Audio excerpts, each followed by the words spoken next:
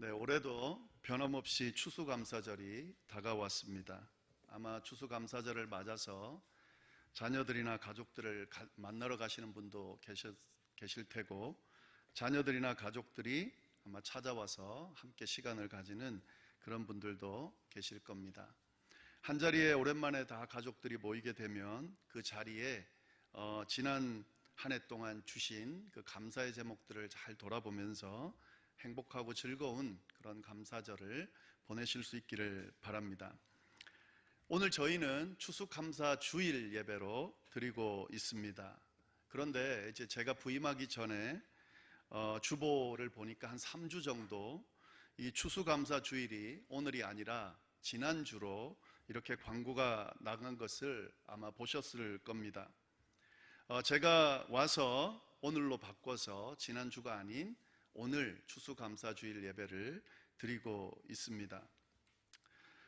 왜 지난주일 추수감사주일로 광고가 나갔을까? 제가 그 전 부목사님께 연락해서 한번 여쭤봤더니 열방교회가 갖고 있는 그 달력에 추수감사주일이 전주일로 이렇게 되어 있더라. 그래서 그렇게 광고했다. 이렇게 말씀해 주셨습니다. 그럼 그 달력에는 왜 지난주 주일로 추수감사주일이 기록되어 있을까 하는 거죠. 뭔가 잘못 된 걸까요? 그게 아니라 그 달력이 한국 달력이기 때문에 그렇습니다. 왜 그러냐면 한국에서는 11월 셋째 주 주일날 추수감사주일로 드립니다. 그래서 그게 기록이 돼 있는 겁니다. 근데 저희는 미국에 있는 한인교회는 추수감사절이 있는 그 주 전 주일날 예배를 드립니다. 바로 오늘을 의미하는 거죠. 그러니까 다르게 돼 있는 거죠. 자, 그러면 왜 그 추수감사주일을 한국은 11월 셋째 주에 드릴까 하는 거죠. 보통 추수감사절이 갖고 있는 의미를 생각한다면 추석 즈음에 드리는 것이 맞는데 11월 셋째 주일이면 이미 추수가 다 끝나고 추수와 관련되는 어떤 그런 상황들이 다 끝나버린 상태이기 때문에 추수감사주일 예배를 드린다는 것이 좀 옳아 보이지는 않습니다. 그래서 추석 즈음으로 추수감사주일을 옮기는 교회들이 많이 있습니다. 그럼 왜 11월 셋째 주에, 지금도 여전히 11월 셋째 주가 공식적인 추수감사 주일로 지켜지는데 왜 그럴까 하는 겁니다. 그건 뭐 다 아시겠지만 미국에서 온 선교사님들의 영향을 받았기 때문에 그렇습니다. 미국에서 온 선교사님들이 한국에 왔더라도 여전히 추수감사절을 지켰을 것이고 그분이 심호하는 교회에서 아마 그 의미들을 전달했을 거라는 생각이 듭니다. 그런데 단순하게 미국 선교사님들이 와서 그 미국의 추수감사절을 전했기 때문에 11월 셋째 주일날 드리는 건 아닙니다. 이 미국에서 온 선교사님들, 또 뭐 미국뿐만 아니라 한국으로 온 선교사님들의 영향을 받아서 저희 한국에 복음이 전해졌습니다. 그리고 그들이 열심히 있는 사역을 통해서 한국 교회가 부흥하게 됐습니다. 그래서 이 총회에서, 교회 연합회에서 이 부분에 대한 감사의 표현으로 추수감사절과 연관시켜서 그렇게 추수감사 주일을 11월 셋째 주에 드리게 된 겁니다. 왜냐하면 이 추수감사 주일은 한국의 절기는 아니거든요. 한국은 추석이 있기 때문에 추수감사절을 따로 드리는 게 아니고 추수감사 주일로 해서 교회에서 드리는 겁니다. 그래서 11월 셋째 주에 추수감사의 의미도 담으면서, 그리고 선교사님들이 이 땅에 복음을 전해준 것에 대한 감사의 의미로 그렇게 결정해서 추수감사주일을 11월 셋째 주에 드리는 겁니다. 처음에는 수요일날 수요 예배 때 드렸습니다. 그러다가 이제 주일 예배로 바뀌어서요, 지금은 추수감사 주일 예배로 드리고 있습니다. 단순하게 추수에 대한 의미만 갖고 있다고 하면 한국의 추수감사 주일의 그 날짜는 적합하지 않지만, 정말 추석적으로 옮겨야 되지만, 그 추수감사주일에 갖고 있는 의미를 생각한다면 추수감사주일이 11월 셋째 주에 드려져도 크게 문제는 없을 것 같습니다. 물론 추석 즈음에 하면 더 의미가 깊어질 테고 또 그렇게 바꾸는 것도 제가 보기엔 크게 문제가 있어 보이지는 않습니다. 그렇다면 이제 이 이야기를 하면서 미국의 추수감사절은 어떨까 좀 오늘 같이 이야기를 나누고 싶은데요. 미국의 추수감사절은 단순하게 추수감사의 의미만을 담고 있을까? 그건 아니라고 하는 사실을 오늘 말씀드리고 싶습니다.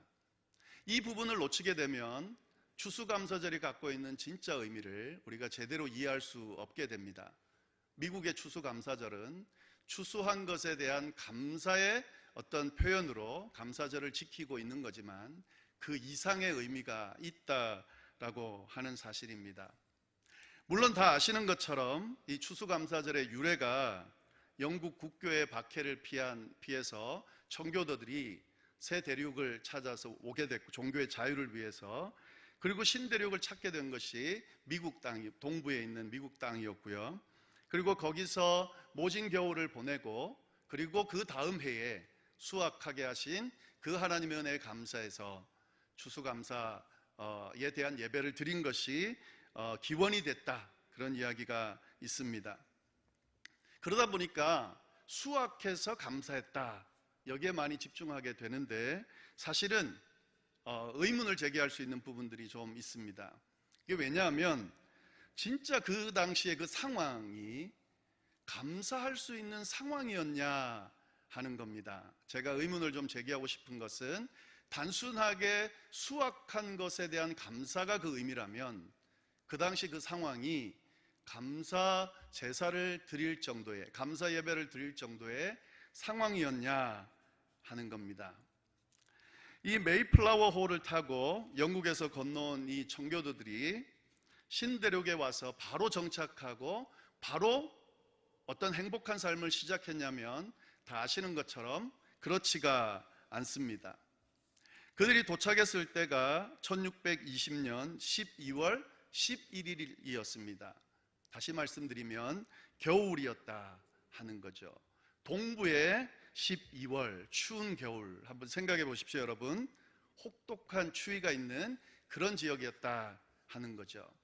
낯선 환경이었고 혹독한 추위가 있고, 그리고 또 한 가지 더는 씨앗을 가지고 왔는데요, 거기서 이제 땅을 개간하고 씨를 뿌렸는데 열매를 맺지 못하게 됩니다. 토양이 달라서 가지고 온 씨를 가지고 그 곡물을 재배할 수가 없었습니다.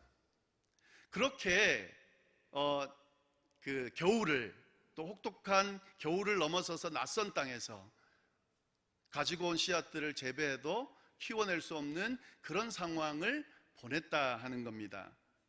102명 중에 46명이 그 해에 죽었다고 기록되어 있습니다. 여러분 한번 생각해 보세요. 그 같이 갔던 가족, 또 같이 갔던 공동체 동료들 반이 지금 죽어간 상태, 그리고 지금 혹독한 겨울을 보내면서 가지고 온 씨앗들을 뿌려도 토양이 달라서 재배할 수 없는 그런 상태. 물론 인디언들이 도와주는 바람에 그 인디언들이 준 씨앗을 가지고 그렇게 해서 재배하게 되고 열매를 풍성하게 얻게 됐습니다만, 그거 가지고 감사 예배를 드릴 수 있었겠냐 하는 겁니다. 그걸 넘어서서 오늘까지 그 날을 추수감사절로 기억할 수 있었겠냐 하는 겁니다. 제가 좀 비판적으로 보자면 아무리 풍성한 수확이 그렇게 획득됐다 하더라도 그거 가지고 감사 예배 드릴 정도는 아니라는 생각이 듭니다. 누가 봐도 그 상황은 감사 드릴 수 있는 그런 상황이 아니었습니다. 자, 그런데 어떻게 그런 감사를 드릴 수 있었을까? 단 한 번의 수확을 했을 뿐인데, 그리고 특별히 환경이 달라진 것도 아니고 내년에 또 수확할 수 있을지 의문이고, 반 이상 동료들은, 가족들은 죽어가고, 반이 죽었다는 것은 또 남은 반도 죽을 수 있다는 의미이고, 여전히 그 땅은 낯선 땅인데 그들이 어떻게 감사드릴 수 있었을까? 단순하게 수확한 것 때문은 아니었을 것 같습니다. 오늘 그 이야기를 좀 나누고자 합니다. 그들이 드린 감사의 그 의미가 분명히 특별한 뭔가 있었을 거라는 생각이 드는데요, 그걸 오늘 2019년 추수감사주의를 보내면서 여러분들과 함께 좀 나누고 싶습니다. 첫 번째, 그들이 드린 감사의 어떤 모습은, 그러니까 일반적인 감사의 어떤 태도, 모습과는 좀 달랐던 것 같습니다. 그들의 그 감사를 대하는 태도가 달랐다. 그래서 그 감사를 드릴 수가 있었다라는 생각이 듭니다. 분명히 그들이 처한 상황과 환경은 감사의 조건들은 아닙니다. 그런데 그들은 감사의 조건이 되지 못하는 현실적인 상황에만 매여 있지 않았다 하는 겁니다. 그들의 태도가. 그들은 그 상황 가운데서도 감사의 조건들을 찾을 수 있는 그런 태도를 가지고 있었습니다. 감사의 조건들을 깊이 생각하고 찾아내서 주목할 수 있는 그런 태도를 그들이 가지고 있었다라고 볼 수 있겠습니다. 힘들고 어려운 그런 원망스러운 상황과 환경으로 가득 차 있지만 수확할 수 있었다라고 하는, 첫 수확을 할 수 있었다라고 하는 그 사실에 주목했습니다. 도움을 받을 수 있게 됐고, 그 도움을 받아서 씨를 뿌렸는데 진짜 수확하게 됐더라. 이제 먹을 수 있는 것이 생겼다라고 하는 사실에 그들은 주목하게 된 겁니다. 그래서 감사드릴 수 있었던 겁니다. 이 감사라고 하는 것은 어떤 식으로 생각하고 무엇을 생각하느냐에 따라 결정된다고 저는 생각이 듭니다. 가지지 못한 것, 잃어버린 것, 지금 얻지 못하는 것들에 그들이 집중했다라고 한다면 그들은 절대 감사를 드리지 못했을 겁니다. 그러나 아마도 그들은 받은 것, 또 지금 누리고 있는 것, 그것에 집중했기 때문에 감사를 드릴 수 있었다라는 생각이 듭니다. 우리는 보통 감사할 수 있는 상황이 주어졌을 때 감사하고, 또 감사할 수 있는 상황이 많이 주어졌을 때 많이 감사할 수 있다, 그리고 감사할 상황이 아니면 감사할 수 없다라는 생각을 갖고 있지만 사실은 그렇지가 않습니다. 아무리 좋은 환경 가운데 살아간다고 해도, 감사가 넘치는 삶을 살아간다고 해도 우리의 시선과 태도가 감사의 제목들에 가 있지 않고 아쉬움이 남는 과거, 그리고 눈앞에 보이지 않는 좋지 않은 현실, 이루어지지 않을 것 같은 미래, 이런 부정적인 것들에만 시선이 가 있다면 그 사람은 절대로 감사할 수 없습니다. 그러나 아무리 힘들고 어려운 상황 가운데 있다 할지라도, 그래도 그 안에서 감사의 제목들을 찾아낼 수 있다라고 한다면, 찾아낼 뿐만 아니라 바라보고 붙들 수 있다라고 한다면, 그 상황이 아무리 힘들고 어려워도 감사할 수 있게 된다 하는 겁니다. 그래서 그 삶이 감사한 삶이 될 수 있는 겁니다. 좀 억지스러운 것 같긴 하지만 어떤 예화를 하나 좀 말씀드리려고 하는데요, 유명한 성경 주석가 매튜 헨리라고 하는 사람이 있는데 그가 이런 간증을 했다고 그럽니다. 그가 도적을 만났는데 그가 한 간증이 이겁니다. 첫 번째는 전에 도적을 만난 일이 없는데 처음으로 도적을 만나게 된 것에 대해서 감사했다, 이렇게 간증했습니다. 그러니까 한 번밖에 도적을 안 만난 거죠. 두 번도 만날 수 있고 세 번도 만날 수 있는데 한 번밖에 안 만난 것에 대해서 감사했다. 그들이 자신의 지갑만 훔쳐가고 생명을 빼앗지 않은 것에 대해서 감사했다. 그리고 지갑을 가져가긴 했지만 그거 외에 내가 잃은 것이 별로 없기 때문에 감사했다. 그리고 마지막에 뭐라 그랬냐면 내가 도둑질을 한 게 아니라 도둑질 당한 것이 감사했다. 나도 도둑질 할 수 있는 상황으로 갈 수 있는데 그러지 않고 내가 도둑질 당했으니까 감사했다. 분명 불평과 원망이 나올 수 있는 상황이지만 이 메투엘리는 감사거리를 찾아내서 감사함으로 말미암아서 그의 삶이 감사하는 삶으로 바뀌게 됐다는 사실을 고백하고 있습니다. 저는 미국 땅을 처음 밟은 이 청교도들이 이런 감사의 태도를 가지고 있었기 때문에 분명 감사할 수 없는 상황이었지만 감사드릴 수 있었고 그들의 삶이, 그들의 고백이 진짜 감사하는 삶으로 이어질 수 있었다라고 생각합니다.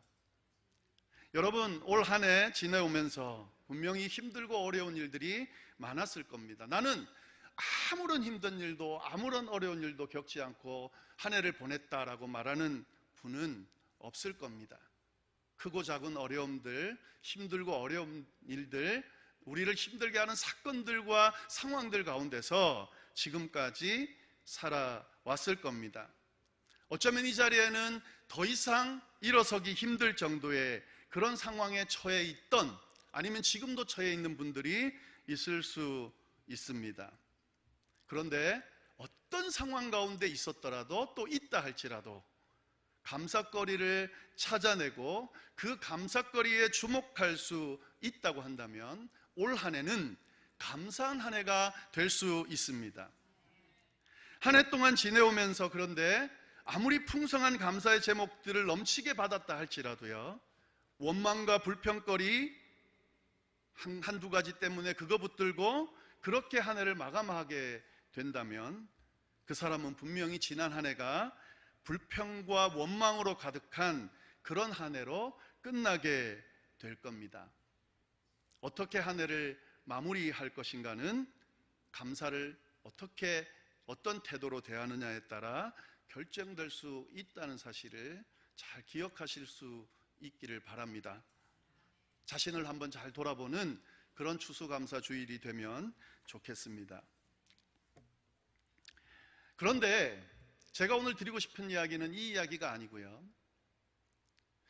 그들이 감사할 수 있었던 또 한 가지 이유가 있는데 그것이 진짜라는 생각이 듭니다. 제가 이 말씀을 드리기 전에 한 가지 좀 시비를 걸고 싶은데, 자, 감사거리를 찾아내면 감사한 삶이 될 수 있다고 제가 장황하고 자신 있게 말씀드렸습니다. 근데 진짜 그럴까 하는 거죠. 모든 부분에 다 적용될 수 있을까 하는 겁니다. 예를 들어서 만약에 가족을 잃은, 사랑하는 가족을 잃은 사람이 있다. 근데 그 사람에게 찾아가서 감사거리를 찾으면 감사할 수 있습니다라고 제가 조언한다면 그게 그 당시 그 슬픔을 가진 그분에게 위로가 될 수 있을까 하는 겁니다. 아무리 감사거리를 찾고 주목해도 전혀 감사할 수 없는 힘들고 어려운 상황, 아픔과 원망의 상태가 있을 수가 있습니다. 그런 분들에게 쉽게 감사거리를 참으면 감사할 수 있습니다, 감사의 삶이 될 수 있습니다 말하는 것은 아주 위험합니다. 무례하기까지 할 수도 있습니다. 여러분, 제가 말씀드린 그대로 미국에 처음 정착한 그 사람들이 감사거리를 찾았기 때문에, 그래서 감사할 수 있었다라고 제가 단정해버리고 끝난다면 진짜 그럴 수 있을까요? 반이 죽어나갔는데요, 한두 명도 아니고. 그 수확, 그게 감사거리가 될 수 있겠지만 그 수확 하나로 그 감사거리를 찾았다고 해서 그들의 그 고백이 감사의 삶으로 바뀔 수 있겠냐 하는 겁니다. 저는 그럴 수 없었을 것이다 라고 생각이 듭니다. 뭔가 다른 한 가지가, 다른 무언가가 있었기 때문에 그들이 감사할 수 있었다, 이런 생각이 듭니다. 그게 뭘까요? 그건 다름 아닌 약속입니다. 약속. 그들이 신대륙을 찾은 이유는 그 새 대륙에서 씨를 뿌리고 농작하기 위해서, 그래서 그 수확물을 갖고 배부르게 먹기 위해서 그렇게 찾은 것이 아닙니다. 그들은 신앙의 자유를 찾아 새로운 땅으로 간 겁니다. 그들은 신앙이 아주 좋은 청교도들이었기 때문에 분명히 떠날 때 하나님께서 주신 약속이 있었을 겁니다. 종교의 자유를 찾아 나를 마음껏 섬길 수 있는 땅으로 내가 인도할 거다라고 하는 그런 약속이 분명히 있었을 겁니다. 그리고 그 약속을 찾아서 믿고 그렇게 신대륙으로 왔을 겁니다. 그런데 신대륙에 도착했을 때 이 웬걸 약속의 땅이라 믿었는데 아주 힘든 시간을 보내게 된 거죠. 하나님의 약속을 믿고 왔을 텐데 마치 속은 느낌이 들 수도 있었겠다라는 생각이 듭니다. 반 죽어 나가고 또 반 죽어 나갈 수도 있겠다. 그러면 하나님으로부터 받은 약속은 아무 의미 없는 그런 일이 될 수도 있겠다라고 하는 생각이 들었을 겁니다. 근데 여러분, 어떤 일이 일어났습니까? 원주민이 도움을 준 거예요. 그리고 그 원주민의 도움을 받았는데 그들의 도움 때문에 수확을 하게 된 거죠. 무슨 말입니까? 끝나지가 않은 거예요. 다 죽을 거라 생각했는데, 이제 더 이상 먹을 것을 얻을 수 없을 거라 생각했는데, 도움을 받고 씨를 뿌리고 수확을 하니까 수확이 정말 되더라 하는 겁니다. 무슨 생각 들었을까요? 하나님의 약속이 다시 생각이 들었겠죠. 이렇게 끝나는 게 아니구나. 이렇게 죽는 것이 아니구나. 하나님의 약속은 아직도 살아있구나. 우리를 이곳에 보내신 그 뜻이 있구나. 여기가 약속의 땅일 수도 있겠구나. 한 번 수확해 하셨다면 두 번 수확해 하실 수도 있겠구나. 절반이 죽어갔지만 그들이 약속의 땅을 사모하고 함께 올 수 있었던 것처럼 그들이 목숨 걸고 찾은 약속의 땅이 될 수 있겠구나. 아마도 그 수확을 가지고 그렇게 생각하지 않았을까 하는 생각이 듭니다. 자, 그러면 감사 예배 드릴 수 있을까요? 저는 드릴 수 있다고 봅니다. 하나님께서 지금은 비록 힘들고 어렵고 이해되지 않는 상황 가운데 몰아넣으셨지만 하나님의 약속이 여전히 유효하다면, 지금은 아니지만 반드시 하나님께서 지키시고 인도하시고 보호하시고 이끄실 거라고 하는 그 약속 때문에 감사할 수 있었을 거다라는 생각이 듭니다. 여러분, 한 해 동안 지내오면서 아마 정말 힘들고 어려운 시간들을 많이 보낸 분이 있을 겁니다. 감사거리를 찾으려고 해도 감사거리를 찾을 수 없는, 감사거리가 있어도 너무 힘든 그 상황 때문에 이 추수감사절 감사로 마무리할 수 없는 그런 분들이 있을 겁니다. 그런데 여러분, 그런 분들에게도 감히 제가 말씀드리고 싶습니다. 감사할 수 있다고요. 왜냐하면 그 상황이 하나님의 약속을 없게 하거나 깨뜨릴 수 없기 때문에 그렇습니다. 하나님의 백성은 반드시 지킨다.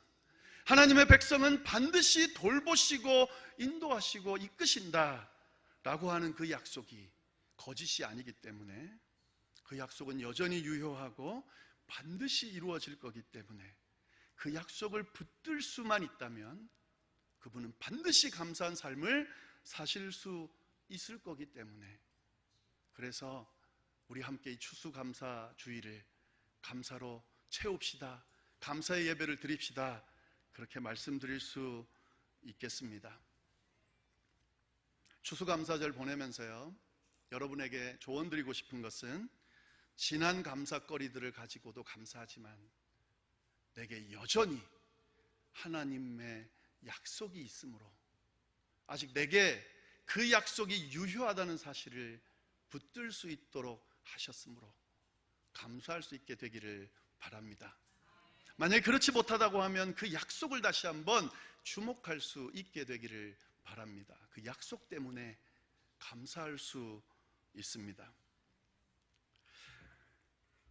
그런데 한 가지 좀 드릴 말씀이 있는데요.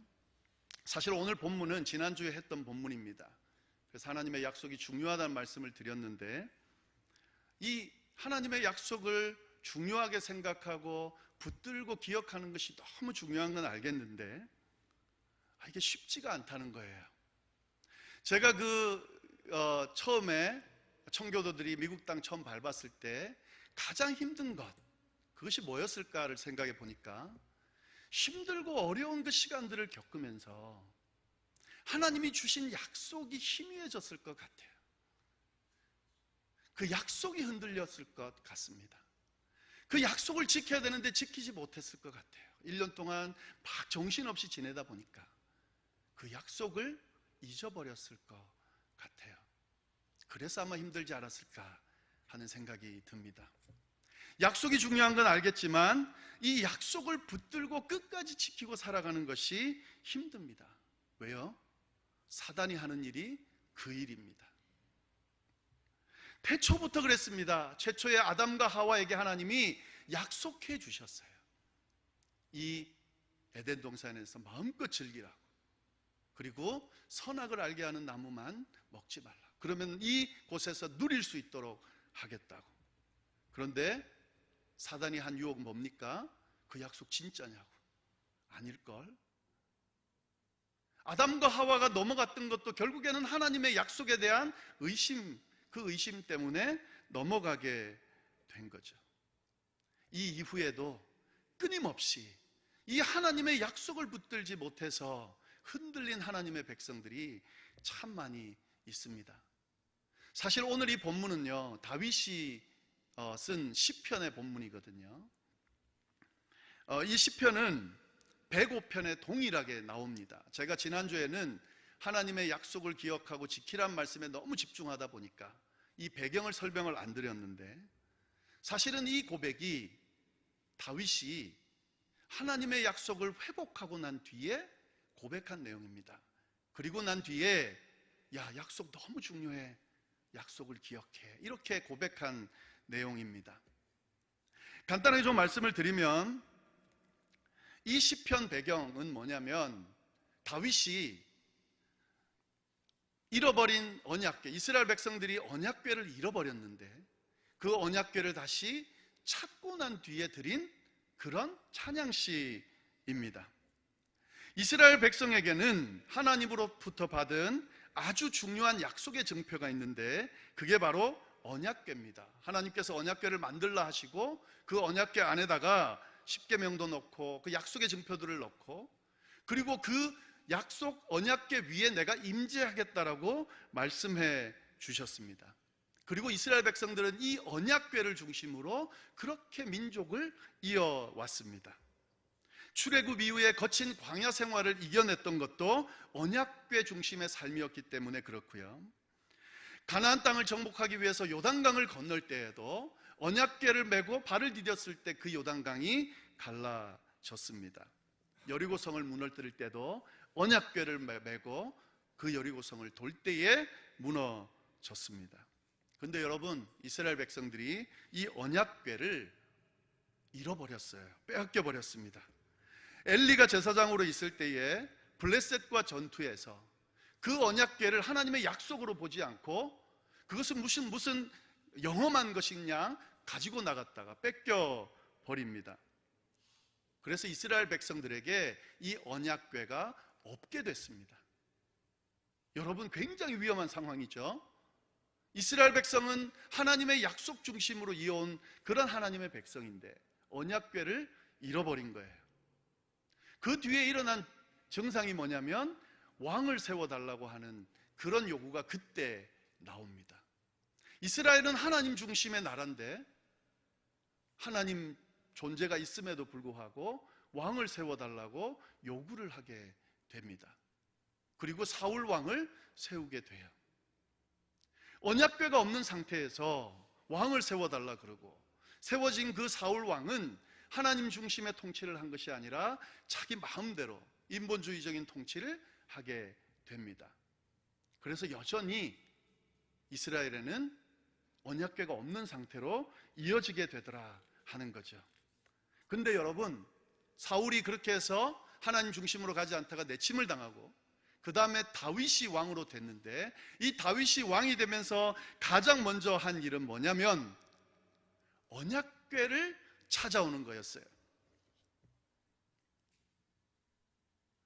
다윗이 직시한 것은 이스라엘은 하나님의 약속 중심으로 세워진 나라야, 민족이야.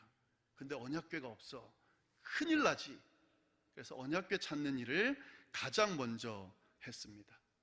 누구도 생각하지 않은 일을 다윗이 한 거죠. 그리고 찾아오면서 드린 고백이 20편이고 오늘 읽은 초반절에 보면 감사 고백, 찬양 고백이 그래서 나오는 겁니다.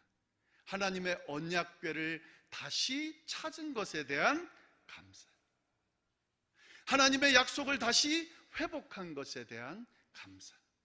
이스라엘은 하나님 중심의 민족이고 백성이라는 사실을 붙들게 된 이후로 그렇게 드려진 감사, 그게 오늘 본문이다 하는 겁니다. 다윗의 인생을 보시면 수많은 고난과 어려움을 겪었는데 그래도 그가 살아남았거든요. 뭐라고 고백하냐면 하나님의 약속 때문이었다라고 고백을 합니다. 외부적인 압박이 굉장히 심했잖아요. 사울이 죽이려 하고 심지어는 아들도 죽이려고 하는 그런 기가 막힌 상황 가운데서도 그가 그렇게 살아남고 하나님에게 또 모든 사람에게 인정받을 수 있었던 이유는 그가 고백합니다. 하나님의 약속 때문이었다고. 그는 왕의 자질을 인정받지 못했습니다. 형들에게 군인으로도 인정받지 못했고요, 사울에게도 심지어는 적인 골리앗에게도 인정받지 못했습니다. 그러나 그는 하나님의 약속 붙들고 끝까지 견뎌내고 참아냈더니 하나님께서 그를 존귀하게 높여주셨습니다. 추수감사절을 보내면서요, 지난 한 해를 돌아보는 이 시점에 우리가 가장 먼저 해야 할 일은 언약궤가 어디 있지? 그걸 점검하는 것으로부터 시작해야겠습니다. 힘들고 어려운 일들, 헤쳐나가야 될 일들 막 정신없이 한 해를 보내다 보니까 그걸 원하진 않았지만 하나님의 약속, 그 약속이 내 중심에 자리 잡지 못하고 아마 어딘가에 내팽개쳐져 있을 수도 있습니다. 그것부터 가지고 와야 진짜 감사를 드릴 수 있고, 그게 그 자리를 찾아야 이 감사절 이후의 삶을 감사로 채울 수가 있습니다. 미국 땅을 처음 밟은 청교들에게 위기는 이 약속을 잃어버리고 흔들렸던 것일 텐데, 그들이 이 첫 수확을 가지고 하나님의 약속을 붙들고 다시 하나님 앞에 예배드림으로 말미암아 그 다음 한 해가 또 그 이후가 상황이 똑같았지만 거뜬히 이겨낼 수 있지 않았을까 하는 생각이 듭니다. 지금 우리에게 필요한 겁니다. 열방교회, 아리조나 열방교회, 여기에 힘들고 어려운 이야기거리들이 많습니다. 그러나 여러분, 어떤 상황 가운데 있어도 여전히 이 열방교회는 하나님의 교회고 하나님의 약속이 자리 잡고 있는 교회입니다. 하나님의 그 약속을, 언약궤를 우리 교회 중심에 모셔놓고 다시 그 약속 중심으로 우리의 교회를 세워가면 분명히 이 아리조나 열방교회는 하나님이 기뻐하시는, 하나님께서 주시는 큰 복을 모든 성도들이 받아 누리는, 그래서 이 세상이 끝이 아니라 천국까지 기쁘고 즐겁게 감사가 넘치며 그렇게 걸어갈 수 있게 될 겁니다. 언약궤를 다시 한번 우리의 중심으로 모셔오고 그렇게 감사주일 예배를 드리실 수 있게 되기를 바랍니다. 우리 가족도 마찬가지입니다. 감사절에 모이면 지난 한 해 동안 함께하여 주신 하나님 감사하면서 약속해 주신 하나님, 어떤 상황 가운데서도 지키시고 인도해 주실 거라고 약속해 주신 그 하나님이 우리의 주인이야. 이후에도 어떤 상황 가운데서도 지킬 거야. 그걸 공유하면서 그렇게 감사제를 보내실 수 있게 되기를 간절히 바랍니다. 기도하겠습니다. 하나님, 감사드립니다. 이 추수감사주의를 보내면서 다시금 감사의 의미를 다시 한번 생각할 수 있도록 인도해 주셔서 감사합니다. 하나님, 단순한 감사가 아니라, 감사거리가 있어서 감사가 아니라 주님 주신 그 감사거리 넘어서서 주님의 주신 그 약속 붙들고 감사할 수 있게 되도록 인도하여 주옵소서. 한 해 동안 살아오는 동안 여러 가지 일들 때문에 하나님 아버지, 주님의 그 약속을 놓치면 안 되는데, 잃어버리면 안 되는데, 잊어버리면 안 되는데, 혹시 하나님 놓치지는 않았는지 돌아볼 수 있게 해 주옵소서. 약속 없으면 감사 없습니다. 하나님의 백성에게 하나님의 약속은 모든 것입니다. 하나님의 약속을 다시 붙드는 감사주일이 될 수 있도록, 추수감사절이 될 수 있도록 인도하여 주옵소서. 하나님께서 주신 약속 위에 우리의 가정을 다시금 세울 수 있도록, 하나님께서 주신 그 약속 위에 우리의 교회를 세울 수 있도록 주여 인도하여 주옵소서. 그래서 하나님, 진짜 그 약속 위에 견고하게 세워지는 그 역사를 우리 모두가 경험할 수 있게 되도록 주여 인도하여 주옵소서. 하나님께서 함께하여 주시기를 간절히 바라고 살아계신 예수 그리스도의 이름으로 기도드립니다. 아멘.